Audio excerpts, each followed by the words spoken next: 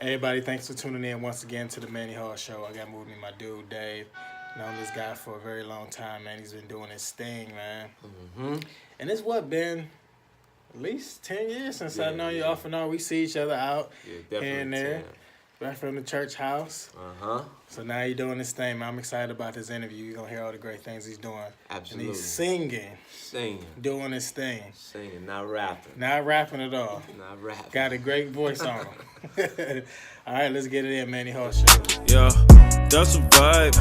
She wanna vibe. That's a vibe, yeah. Yeah, that's a vibe. She wanna vibe. That's a vibe. What's going on, bro? Not too much, man. How you? How you feeling, man? Good, real good. It don't seem like you feeling good enough, man. Like, what's up, man? Talk to me. You doing big things in the city. Yeah, man. It's still kind of surreal, man. But just being that athlete by nature, sometimes you bottle up all emotions, man. Yeah. Keep your game face on. So Yeah. I think I'm probably still in game face mode, man. That's what's up, man. So, you got this new thing that came out, dropped on them. Tell me about the project. Shooting Stars, man. Shooting Stars dropped the song and video back in, I want to say, February 28th. We got it out Black History Month. Okay.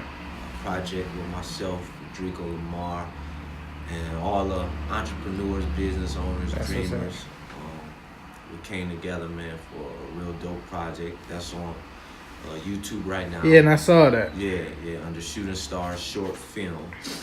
And that was amazing. But just recently, May 11th, man, we dropped a remix. And we got Cleveland's own Ray Jr., who blessed the track, man. And, That's what's up. You know, made it even better than what it was. For sure. And he brought a whole nother aspect to it. So it's fresh. If you haven't checked it out, check that out too. That's what's up. Now, what made you get started? Man, it's crazy. So, growing up, my mom had me in every choir that the church had. Okay. So that's children's choir, men's choir, and the adult choir. And it's crazy 'cause I remember crying to get out of it, man. And she finally let me out, and I ran away from it. And I went from that to sports, basketball. But Okay. I always hummed, always sang around the house or whatever. Gotcha. And after college, man, I just started really writing.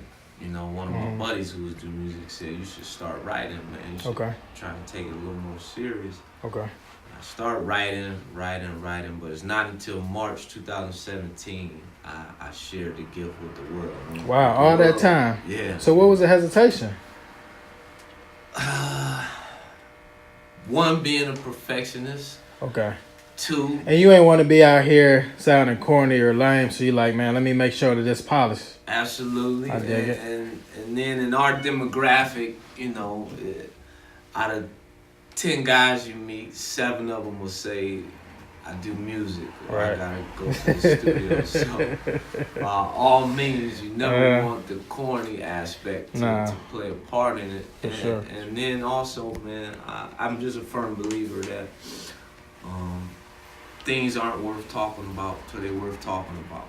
So okay. I don't really brag or kind of give play-by-play of what I'm doing, but when the time is right, I reveal it. And now it seems like God has kind of pushed me off that ledge and said, it's time, you know. So like, let's go back. So you back in high school, even early college days, and you hooping, you kicking it with the fellas. Right.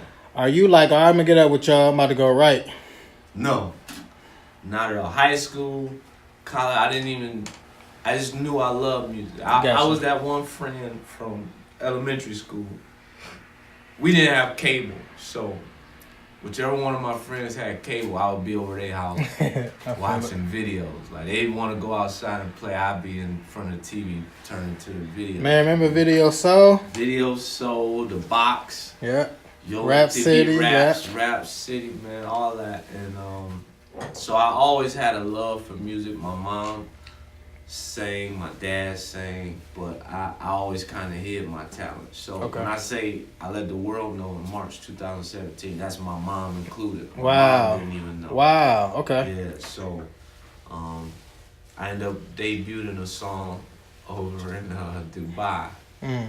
And at my buddy's wedding, and when I came home, you know, I shared it with my family. They all cried and everything because they just didn't know. Yeah. None of my dudes even knew, you know, so. Now, along this journey, like, what would you say the hardest part is? Like, really trying to break through. The hardest part is taking the first step.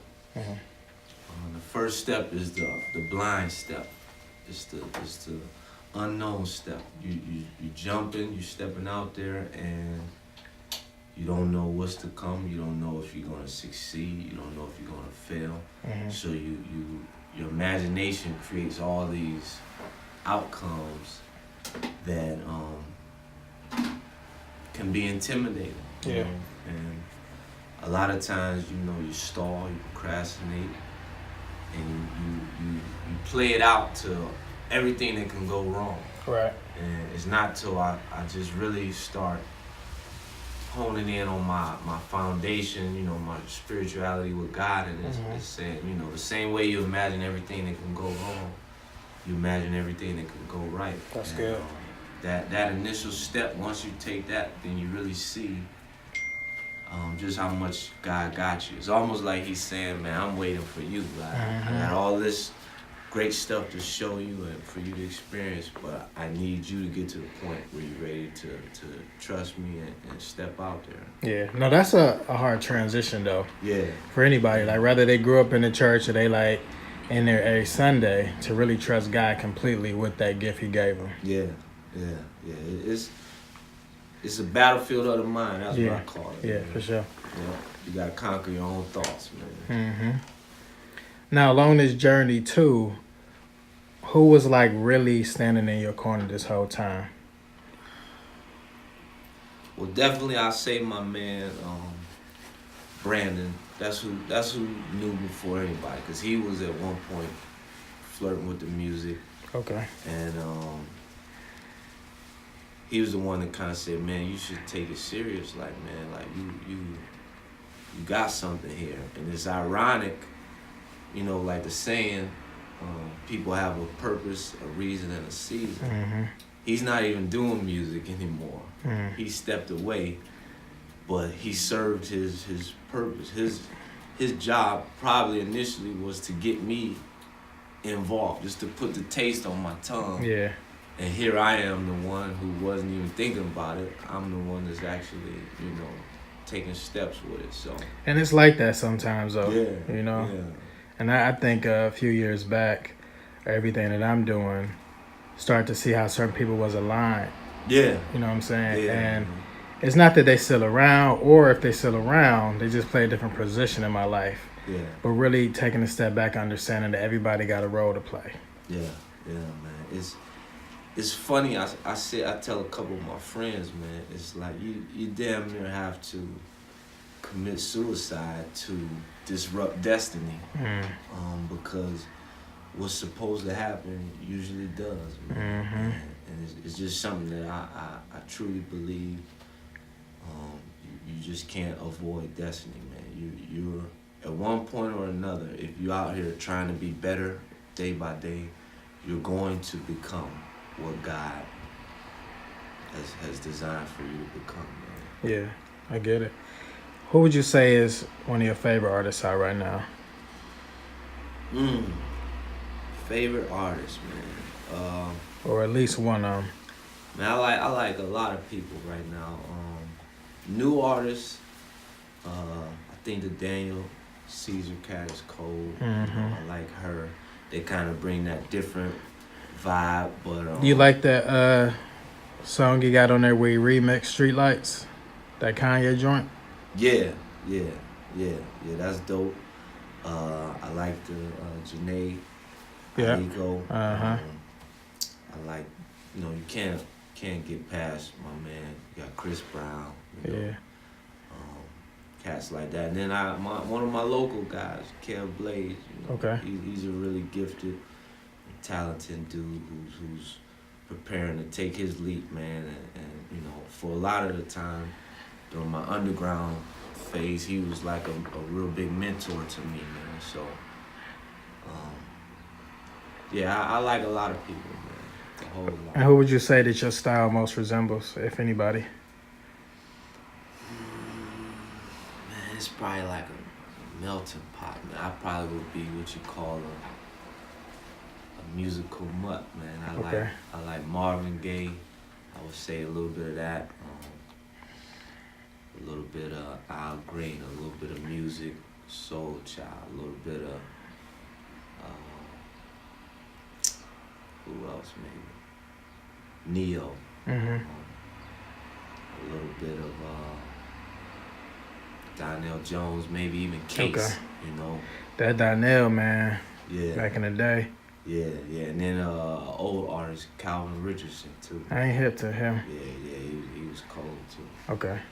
But okay. Yeah, man, it's like a combination because I love so many different genres of music, so it all has influenced me in different ways, man. So it kind of, you'll hear it, the new music that I prepare to put out, you'll hear the different variations in it. Yeah. Now think about this next question for a minute. So, what would you honestly say you find the most impressive about DAVE? The most impressive thing about DAVE, probably his will to win. In spite of what may be going on around him, he always finds a way to win. And that goes for life, period, man. Like, you know, sometimes you look at people on the side of you and it's like you feel like they get almost a running start, you know. And for whatever reason, man, my path has always been a rough path, man. And a lot of times I didn't understand it or appreciate it. I always questioned God, like, man, why? Like, why me, man? Why can't I just get the fresh start and roll? And as I look at myself now versus myself back then, I get it, man. It's everything that's happening is molding you into what you need to be in order to seize the moment when opportunity knocks, man. And now I just feel better, stronger, more confident, more wiser. So it's all, guys like the perfect puppeteer, man. He's in total control, and once you surrender to that, man, everything it begins to make sense. I get If it. you hadn't had this, then you wouldn't be able to make this decision. If you hadn't had this, you wouldn't be able to recognize that. So it all plays its part, man, and I get it now. Yeah. I'll never question it. I get it. So to that point, what would you say that you're most afraid of, if anything? Most afraid of is falling short of my purpose, man. Leaving unfinished business on the table. While I'm here, while I'm able, while I had an opportunity, man, I want to get all that was intended for me to get, man. I want to accomplish all that was meant to be accomplished. Yeah. And I want to inspire as many people as I possibly can. Yeah, no, how do you do that successfully with going hard, grinding, and then trusting God at the same time? Because it's like this weird balance to be able to do all of that. Because sometimes you'll feel like, man, I need to go harder. And other times, like, man, I just need to sit back and trust God. But, like, how do you do both of those successfully? Yeah, it's funny you say that because, like, when you watch, like, those documentaries and stuff, you see people, like, they saying, like, man, I didn't sleep. Right. I was operating off 3 hours of sleep. You know, so you tend to compare yourself, like, man, like, shit, I'm getting probably 8 hours. Right. The hardest balance is you got a dream, you got a mission, but you got life, and you got responsibility, you got family, you got a job, you got bills.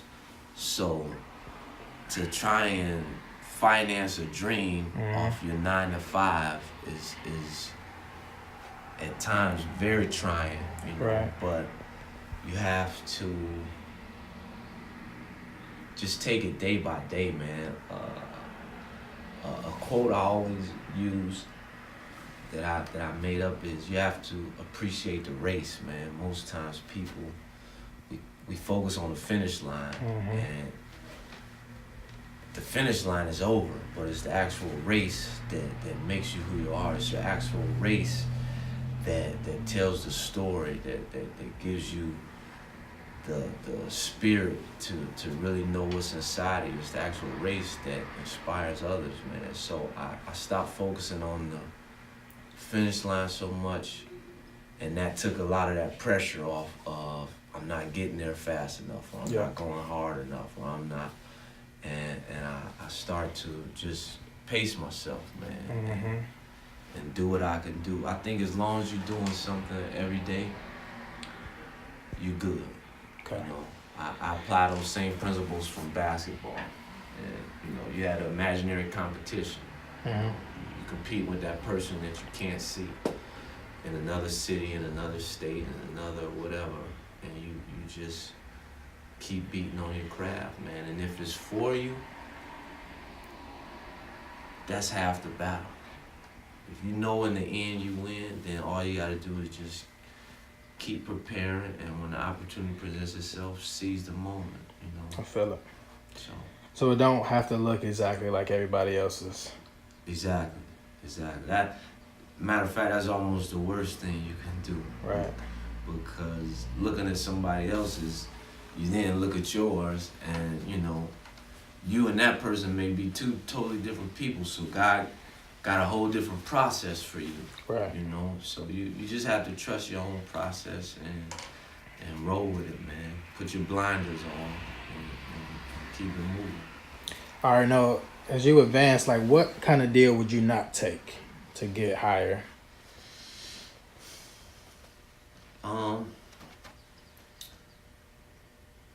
Pretty much common sense. Why I would try to avoid anything that compromise just me, who I am, man. Like at all costs, I gotta be me. I fought so hard for freedom, and freedom, I mean freedom from a 9 to 5, freedom from being artificial versus being, you know, natural, man. So the last thing I would do is play myself in order to say, all right, I made it, you know. Yeah. I think oftentimes, like right now, I'm not as wealthy as I aspire to be. I'm not as wealthy as I picture myself in my mind, but I'm okay. You know what I mean? And that's working a 9 to 5 and you know, doing what everybody else does to get by. So if I'm okay now and I'm not wealthy and I'm myself, then I don't have to sell myself short to make, like, sometimes I think we sell ourselves short, like if we don't take this opportunity or this offer that's on the table, like we go to damn near eating out of trash can. Right. And that's not the case. As long as I can put food on the table for myself and my family, as long as I got a roof over my head, as long as I got a car to drive, as long as I got peace within, then I'm okay with that. And if I have to get a job again, I'm more than qualified. Right. I can do that. So I don't see myself taking the sucker deal or you know, putting on a dress, any of that goofy stuff for a paycheck. Yeah. You know what I mean? For sure, so that's not worth it. Yeah. Is anybody that you want to work with in particular? Yeah, man. I'm willing to work with anybody. I like to to me, music is like sports, man. It brings people together that probably would have never, you know, even been in the same room. You know, once you get to talking about cultures, races, religions, things like all those things are dividers. So you're not like stuck in a box saying I'm only working with black artists. Right? Yeah. No, man. Music. I love the organic experience with music, man, and. Man, I like to work with anybody that's making quality music, man. I won't do no trash, you know. Yeah. But I learned not to judge an artist by the music that they put out. You know? I think sometimes people rise to the occasion. And I say that to say, like, you can look at an artist like he making these type of songs, but maybe he's making those songs because that's what works for him. Gotcha. You know? That's his market. Gotcha. But if me and that person sit down, who's to say we can't make a beautiful song that can, you know, be something that we both proud of? You know? So I learned that early on, man. People sometimes do what's in front of what's presented, you know. Yeah. And you're only as good as your options sometimes. That's real. So if you give a person an option or opportunity, then they may just surprise you, man. Right. Now, how do you not fall into that box that some people do when they're like talking about their passion and their values within their music so much that it becomes romanticized, and then people not feeling their music as much as they did when they first came out because it was cool and it was hot. Like, all right, they talk about this particular thing, but it's like you begin to talk about it so much. It's like, come on, bro. Yeah.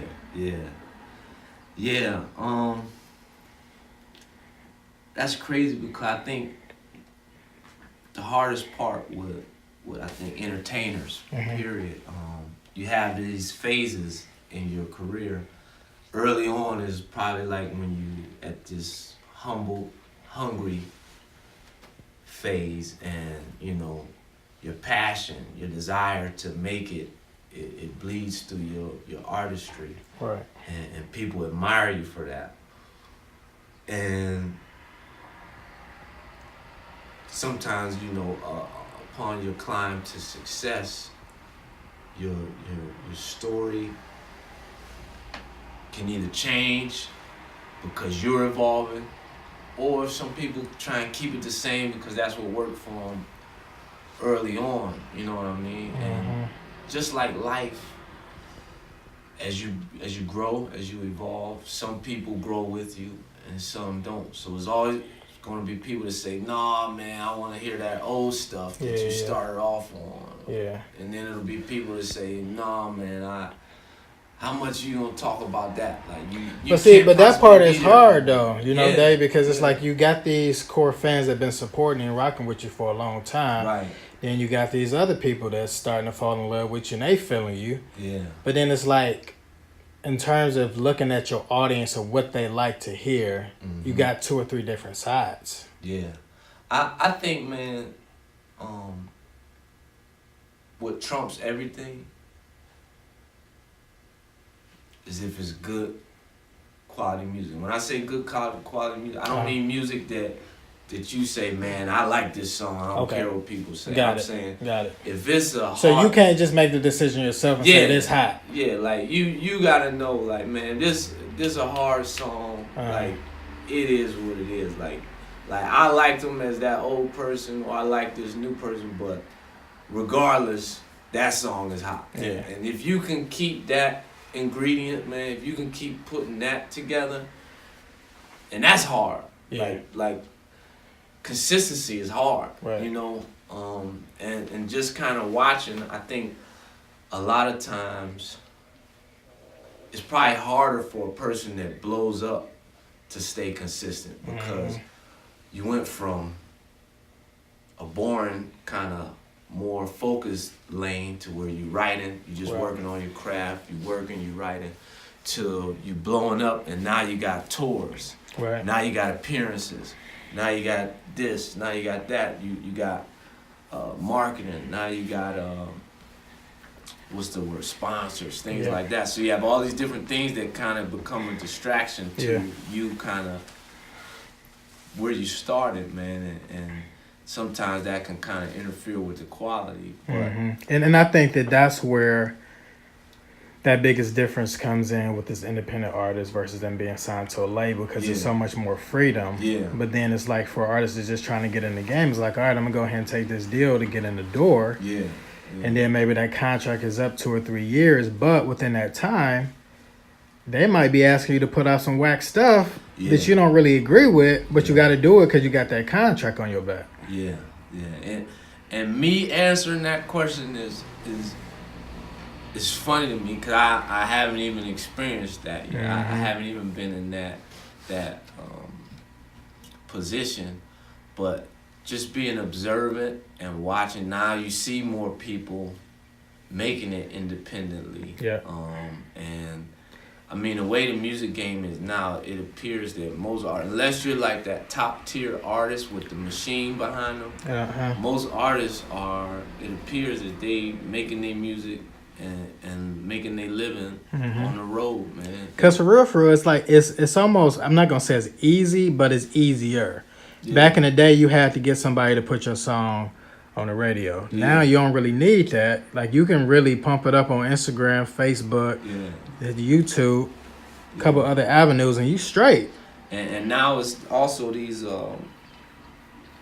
musical platforms where you can simply, you make your song, you can upload it, and now it's available on iTunes. Exactly. Like, you can do pretty much yourself without the record company. Yeah. And a lot of people are finding success with it, but it's just that same amount of time you put into your 9 to 5, your job, you have to put it into music, your dream, your music, and it's a lot of people succeeding, and sometimes that's all a person like me or anybody else that started. That's all you need to see is like, oh man, he did it, he made it. Like, because it really don't even matter what the radio, what a lot of these media companies think no more. It's really about the audience, period. Right. So if you got 2 or 3 million people loving your stuff on Instagram, you straight. Yeah. It's funny because I'm learning, like, this whole Instagram and Facebook, your followers is almost like your bank account. Yeah. Like, a person will look at a person, like, you say, okay, this person started following me. First thing you look at is how many followers they got. So if it say like 50 or say, oh man, it's almost like saying, he ain't got no money, man. Right. It's funny, man. And you see a person with 5,000 or 10,000, they start following, they like you, like, oh man, you know, it's crazy how it works, man. But you're right, man. Those followers is pretty much like dollars, man. Yeah. You know, and the more followers you have, the easier it becomes to become self-sufficient, man. Yeah, for sure. Off your art, man. For sure. You single-handedly building up your fan base. That's what's hard for me though, because I also see a lot of artists doing things to get followers. Yeah.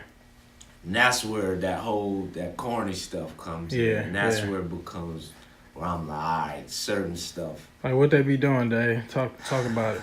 You trying to make me subliminally name drop, man.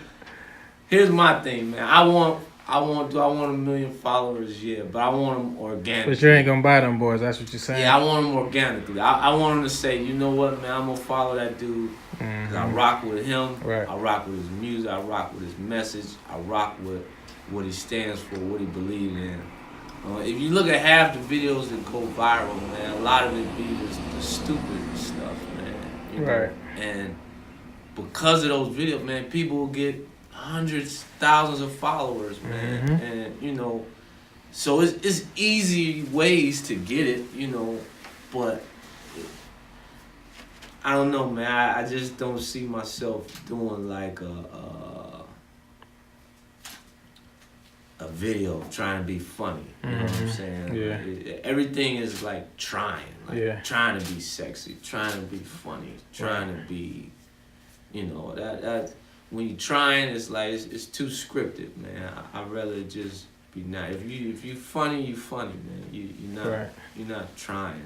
That's real. Everybody just need to stay in their own lane and be themselves. Yeah, man. Everybody's doing stuff deliberately now to say, look at me. Yeah. Like, look at me, you know, man. That just wasn't my era, man.